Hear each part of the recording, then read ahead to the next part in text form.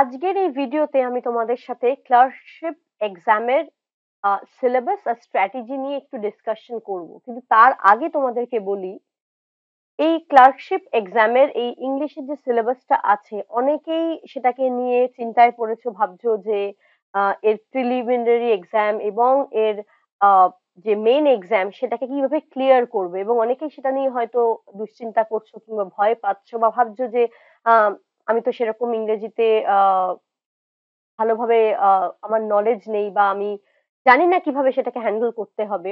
তো সেটা নিয়ে অনেকেই দুশ্চিন্তা করছে, তাই তাদের জন্য বলবো ক্লার্কশিপ এক্সামের এই ইংলিশ, বিশেষ করে ইংলিশের যে প্রিলিমিনারি এক্সামটা সেটা তো তোমাদের 30 মার্কসের থাকছেই। দেখো আমি এখানে তোমাদের দেখাচ্ছি ইংলিশে অবজেক্টিভ কোয়েশ্চেন এমসিকিউ টাইপস থাকবে তোমাদের 30 মার্কস। তার জন্য তোমাদেরকে কিভাবে প্রিপারেশন নিতে হবে সেই স্ট্র্যাটেজিটা নিয়েই আজকে ডিসকাশন করব। তার সাথে সেটা ক্লিয়ার করার পরে তোমাদের যে মেন এক্সাম, যেটা কনভেনশনাল বড় এসে টাইপ আনসার গুলো হয় 50 মার্কসের, সেটা নিয়েও ডিসকাশন করব।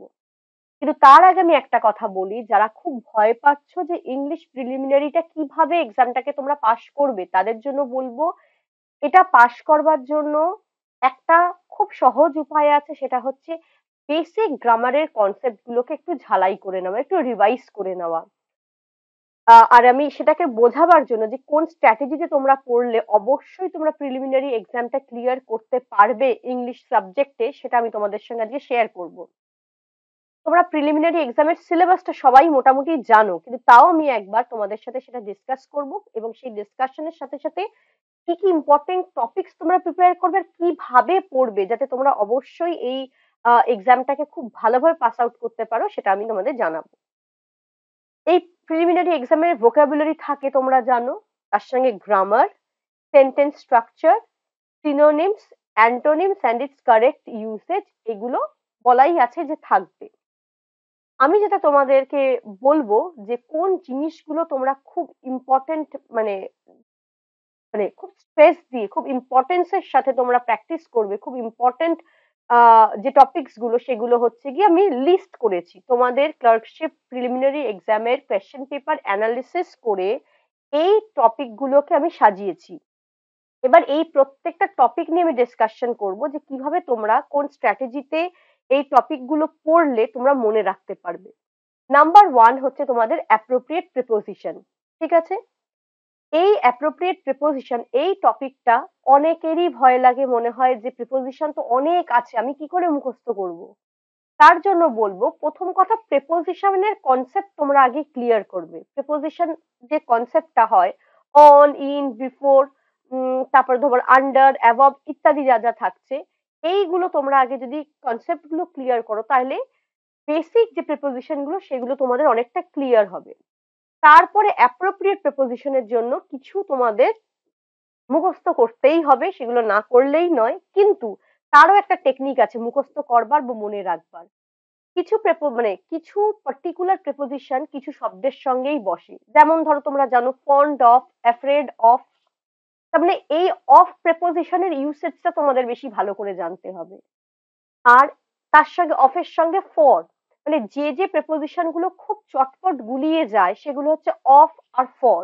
এইরকম ভাবে তোমাদের স্ট্র্যাটেজিক্যালি তোমরা যদি এগাও যে কিছু প্রেপোজিশন খুব ইম্পর্টেন্ট, তাদের ইউসেজটা তোমাদের বেশি ভালো করে জানতে হবে। আমি একটা এক্সাম্পল দিলাম, অফ আর ফর এই দুটোর মধ্যে খুব বেশি করে কোয়েশ্চেন কিন্তু থাকে এবং গুলিয়েও যায় স্টুডেন্টদের। এটা আমি একটা এক্সাম্পল দিচ্ছি, যেহেতু আজকে আমরা শুধুমাত্র এই সিলেবাস এবং তার স্ট্র্যাটেজিটাকে নিয়ে আমরা ডিসকাশন করছি। এছাড়া তোমরা যখন টপিক ওয়াইজ আমাদের চ্যানেলকে সাবস্ক্রাইব করে যখন টপিক ওয়াইজ তোমরা ক্লাসগুলো করবে তাহলে তোমরা আরো ভালো করে বুঝতে পারবে।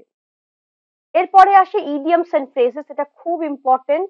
এখান থেকেও বেশ কয়েকটা কোয়েশ্চেন দেওয়া হয়, এবং এই ইডিয়মস এন্ড ফ্রেজেস তোমাদের বলতে পারি খুব পপুলার ইডিয়মস এন্ড ফ্রেজেস এর উপরেই কিন্তু দেওয়া হয়, খুব আননোন ইডিয়মস এন্ড ফ্রেজেস কিন্তু দেওয়া হয় না।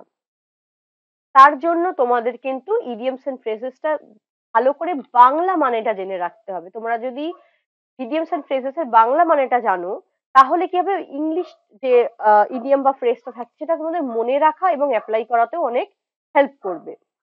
এরপরে আর একটা খুব ইম্পর্টেন্ট টপিক, সেটা হচ্ছে চুজ দ্য কারেক্ট সেন্টেন্স। এই টপিকটাতে তোমরা দেখবে মেনলি যে ভুলটা ওরা দেয় আর কি রেকটিফাই করতে, মানে ভুলটা কোনটা আইডেন্টিফাই করা, এবং তখন তুমি বুঝতে পারবে যে হ্যাঁ এইটা ভুল, তাহলে রেকটিফিকেশন কোনটা হতে পারে। সেটা হচ্ছে গিয়ে ভার্বে ভুল বেশি করে দেয়, কিংবা প্রেপোজিশনে, অনেক সময় আর্টিকেলেও কিন্তু ভুলটা ওরা রাখে। তাই তোমাদেরকে সেন্টেন্স সম্পর্কে এবং পার্ট অফ স্পিচ সম্পর্কে কিন্তু ধারণাটা খুব ভালো করে ক্লিয়ার রাখতে হবে। এরপর খুব খুব মানে ইম্পর্টেন্ট এবং খুবই পপুলার যে টপিকটা ওরা দিয়ে থাকে সেটা হচ্ছে গিয়ে অ্যাক্টিভ অ্যান্ড প্যাসিভ। এই অ্যাক্টিভ টু প্যাসিভ এবং প্যাসিভ টু অ্যাক্টিভ দুটোই ওরা কি করে একটা সেন্টেন্স দিয়ে দেয়, এবং সেই সেন্টেন্সের 4টে করে অপশন দেয়। তাই অ্যাক্টিভ অ্যান্ড প্যাসিভ করবার জন্য সব থেকে ভালো উপায় হচ্ছে রুল গুলোকে একটু মনে করে নেওয়া, এবং সেই রুল অনুযায়ী কিন্তু এই পুরো সেন্টেন্সটাকে সেই মতো করে সলভ করা। অ্যাক্টিভ প্যাসিভে কিন্তু খুব কিছু মুখস্থ করবার নেই। অ্যাপ্রোপ্রিয়েট প্রিপোজিশনে কিছু ইম্পর্টেন্ট প্রিপোজিশন মুখস্থ করার দরকার আছে। ইডিয়মস অ্যান্ড ফ্রেজেস এর জন্য ইংরেজিটার সাথে সাথে বাংলা মানেটাকে একটু মনে রাখার দরকার আছে। তো অ্যাক্টিভ প্যাসিভে শুধু রুলটুকু মুখস্থ করলেই চলবে, এর বেশি কিন্তু কিছু মুখস্থ রাখার প্রয়োজন নেই। কারেক্ট ফর্ম অফ ভার্বও তাই। কারেক্ট ফর্ম অফ ভার্বে যেটা হয়, অ্যাক্টিভের যে রুল গুলো এবং তার ফাংশন গুলো যদি তোমরা মনে রাখো, সেটাই কিন্তু কারেক্ট ফর্ম অফ ভার্বে কিন্তু তোমাদের অনেকটাই কাজে লেগে যাবে। সিনোনিম অ্যান্টোনিমস নিয়েও অনেকের কিন্তু প্রচন্ড ভয় থাকে, মনে করে যে প্রচুর পড়তে হবে। আবারও বলছি, idioms and phrases, appropriate preposition, synonym, antonym সব কোয়েশ্চেনে কিন্তু খুবই নোন সেক্টর থেকেই দেয়। খুব যে তোমাদেরকে অনেক আননোন কিছু বা যেগুলো একদম বিরল কিছু রেয়ার ইনস্ট্যান্স পড়তে হবে তা নয়। খুবই কমন এক্সামে যেগুলো পড়ে থাকে, খুব কমনলি আমরা ডে টু ডে লাইফে যেগুলো ব্যবহার করে থাকি, সেগুলোর উপরেই কিন্তু আসে। আর যেটা আমাদের করতে হবে, এই ওয়ান ওয়ার্ড সাবস্টিটিউটটা, এটার জন্য আমাদেরকে কিন্তু বিশেষ করে দৈনন্দিন জীবনে আমরা যে সমস্ত কথাগুলো বলে থাকি সেগুলোর উপর একটু ফোকাস করতে হবে, কারণ সেখান থেকে কিন্তু ওয়ান ওয়ার্ড সাবস্টিটিউট অনেক কিছুই দেয়। যেমন ফলের বাগান, ঠিক আছে, এমনিতে ফুলের বাগানকে আমরা তো গার্ডেন বলেই থাকি, তাই তো? কিন্তু ফলের বাগানকে এক কথায় আমরা কি বলি, অর্চার্ড। এটা আমাদের জানতে হবে। তার মানে কি, খুব কমন যে জিনিসগুলো সেগুলো থেকেই কিন্তু আমাদের পরীক্ষাতে দেয়, এবং আমাদেরকে সেটাই ভালো করে কিন্তু জেনে নিতে হবে। প্রিলিমিনারি এক্সামটা ইংলিশের পাশ করা কিন্তু তত কঠিন নয় যতটা অনেকেই ভয় পাচ্ছ বা ভাবছো যে এটা কিভাবে করবে। শুধু এই স্ট্র্যাটেজি যেটা আমি বলছি, যে কিভাবে কোন কোন জিনিসটা মুখস্থ করতে হবে, কোন জিনিসটাকে একটু রুল পড়ে শুধু প্র্যাকটিসের উপর দিয়ে এগোতে হবে, সেটা তোমরা যদি মনে রেখে এগাও, তোমরা অবশ্যই প্রিলিমিনারি এক্সামটা পাস করতে পারবে। কারণ আবারও বলছি, কমন জায়গা থেকেই কিন্তু কোয়েশ্চেন পড়বে, পপুলার জায়গা থেকে। এমন কোনো আননোন জায়গা থেকে খুব কঠিন কোয়েশ্চেন কিন্তু হবে না। ওরা কিন্তু তোমাদের প্রিলিমিনারি এক্সামে বেসিক নলেজ, তোমাদের ডে টু ডে লাইফের সম্পর্কে যে সমস্ত শব্দগুলো, কাজগুলো তোমরা করো, জিনিসগুলো যেগুলো দেখো, সেগুলোর নলেজ কতটা ভালো আছে সেটার উপরেই কিন্তু টেস্টটা নেবে, যে তোমাদের কমন যে সেন্স গুলো সেগুলো কতটা কাজ করছে। আচ্ছা, কারেক্ট স্পেলিং। কারেক্ট স্পেলিংও তাই। খুব বিশাল বড় একটা বানান দেবে যেটা কোনোদিন শোনোনি, সেই শব্দই শোনোনি, সেটার মানেও জানো না, তেমন শব্দ কিন্তু দেয় না। সেই শব্দগুলোই দেয় যেগুলো আমরা দৈনন্দিন জীবনে ব্যবহার করে থাকি। ধরো, কথার কথা আমি একটা এক্সাম্পল দিচ্ছি, তোমাদের প্রিভিয়াস ইয়ার কোয়েশ্চেনেও আমি দেখেছি। অ্যাম্বিশিয়াস। অ্যাম্বিশিয়াস মানে কি, যে প্রচন্ড উচ্চাকাঙ্ক্ষী। তাহলে উচ্চাকাঙ্ক্ষী, তো এই শব্দটা আমরা দৈনন্দিন জীবনে ব্যবহার করেই থাকি, যে সে খুব উচ্চাকাঙ্ক্ষী। তো উচ্চাকাঙ্ক্ষী এই শব্দটার ইংরেজি হচ্ছে অ্যাম্বিশিয়াস, তার বানান AMBITIOUS। তাহলে তোমরা দেখতে পাচ্ছ যে তোমাদেরকে কিন্তু দৈনন্দিন জীবনে আমরা যে সমস্ত কথাবার্তা বলে থাকি সেইগুলো থেকেই কিন্তু প্রশ্ন করার অনেক বেশি প্রবণতা থাকছে। এরপর ট্রান্সফরমেশন অফ সেন্টেন্সেস, এটার জন্য বলবো তোমাদেরকে assertive, negative, interrogative, exclamatory, objective, imperative, এই যে বিভিন্ন ভাগ আছে সেন্টেন্সের, এগুলোকে কিন্তু একটু ভালো করে জেনে নিতে হবে। এগুলো হচ্ছে একদমই বেসিক লেভেলের যে ইংলিশ গ্রামার, সেটার উপর বেস করে। তাই আমার মনে হয় যে তোমরা যদি বেসিক ইংলিশটার উপরে একটু জোর দাও, সেটাকেই ভালো করে চর্চা করো, প্রিলিমিনারি এক্সাম কিন্তু তোমরা খুব সহজেই ক্লিয়ার করতে পারবে। এরপর ফ্রেজাল ভার্বস আছে। তোমরা জানো ক্লাস 10 লেভেলে তোমরা কিন্তু অনেকেই এই সমস্ত আমি যা যা টপিক তোমাদের বললাম, সবাই ক্লাস 10, 11, 12 অব্দি সবাই এগুলো করে এসছো। ফ্রেজাল ভার্বস তো অবশ্যই ক্লাস 10 এ থাকে। তো তোমরা আগে যেটা করতে পারো, বেসিক তোমাদের যে বই আছে বাড়িতে, বেসিক গ্রামারের কনসেপ্ট গুলোকে ক্লিয়ার করবার জন্য সেটা তোমরা ভালো করে পড়বে, এবং প্র্যাকটিসের মধ্যে দিয়ে তোমরা কিন্তু এটা অবশ্যই প্রিলিমিনারিটা ক্লিয়ার করতে পারবে। এরপর আমরা কনভেনশনাল টাইপ, আমি আশা করছি তোমরা প্রিলিমিনারি এক্সামটা খুব ভালোভাবেই ক্লিয়ার করতে পারবে, এবং তোমরা পার্ট 2 এক্সাম ফাইনালটার জন্য, মেন্সের জন্য নিজেদেরকে প্রিপেয়ার করবে, এবং সেরকম ভাবনা চিন্তা নিয়েই তোমরা এগাচ্ছ অনেকে। তো তাদের জন্য বলবো যে কি কি সিলেবাস আছে তোমরা জানো, তাও আমি একটু ডিসকাস করছি। Drafting and English report, report writing তোমাদের থাকবে। একটা প্রোস প্যাসেজ দিয়ে দেবে যেখান থেকে সামারি বা প্রেসি তোমাদের লিখতে হবে, এবং তার সঙ্গে প্রেসির সঙ্গে একটা টাইটেলও দিতে হয়, এবং একটা ট্রান্সলেশন থাকবে। কিন্তু আমি তার জন্য মার্কসটাও আমি পেপারটাকে অ্যানালিসিস করে লিখেছি। রিপোর্ট রাইটিং এ 15 মার্কস থাকবে, প্রেসিতে থাকবে 15 মার্কস, এবং ট্রান্সলেশনে 20 মার্কস। আবারও তোমাদের বলছি, রিপোর্ট রাইটিং হোক, প্রেসি রাইটিং হোক বা ট্রান্সলেশন, সেখানে কিন্তু তোমাদের আশপাশে ঘটে চলা যে সমস্ত ঘটনা চলছে বা হচ্ছে, সেটার উপরেই কিন্তু লিখতে দেওয়ার প্রবণতা অনেক বেশি।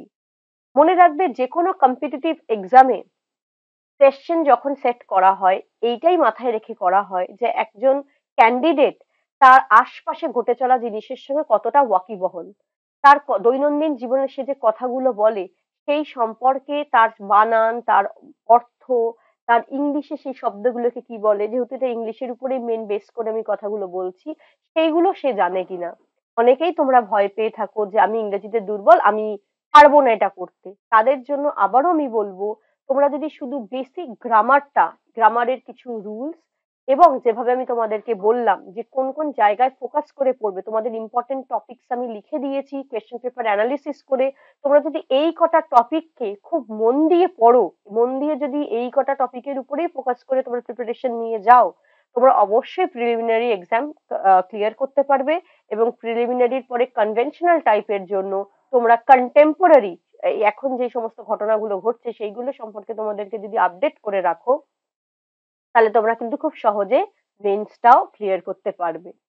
আমি আশা করছি তোমাদের এই ভিডিওটা খুব হেল্প করবে তোমাদের বুঝতে, যে প্রিলিমিনারির জন্য তোমরা কিভাবে আহ তোমরা নেবে সমস্ত প্রিপারেশন। তো আমি আবারও এই টপিকস গুলো একটু তোমাদেরকে ফোকাস করতে বলবো। প্রিলিমিনারি এক্সামের জন্য কিন্তু এই টপিকস গুলো খুবই ইম্পর্টেন্ট। আশা করছি তোমরা প্রিলিমিনারি এক্সাম সবাই ক্লিয়ার করবে, এবং তার সাথে মেন্সের জন্য তোমরা অ্যাপিয়ার করে সেটাকে পাস করতে পারবে। এখন এই ইম্পর্টেন্ট টপিকস গুলোর উপরে তোমরা অবশ্যই জোর দিয়ে পড়ো।